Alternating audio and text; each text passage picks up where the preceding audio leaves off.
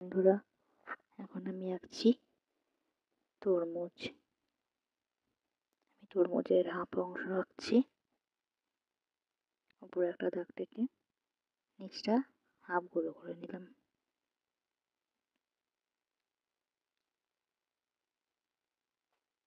তারপর দিয়ে আর একটা গোল করে নিলাম। একটু মোটা করে নিচ্ছি আউটলাইনটা।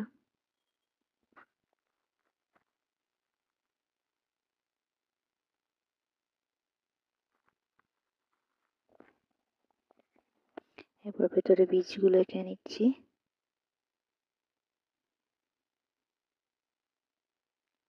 এরপর আমি রং করব। আমি করব রামধনু রং। ফার্স্টে লাল করলাম, এরপর কমলা করব,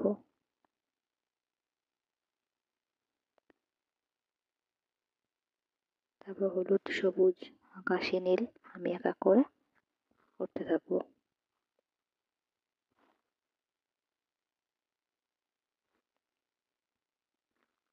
রেইনবো ওয়াটারমেলন।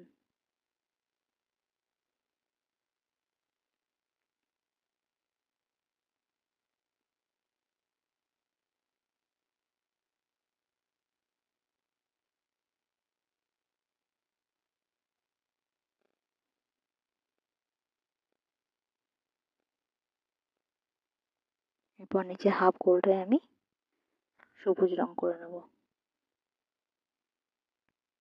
পুরোটা।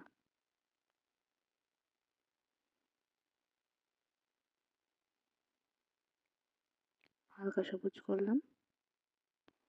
এরপর ডিপ সবুজ রং দিয়ে আমি তরমুজের গায়ে যে দাগগুলো হয় বাঁকানো বাঁকানো সেগুলো করে নিচ্ছি। ভিডিও ভালো লাগলে লাইক সাবস্ক্রাইব করতে ভুলো না।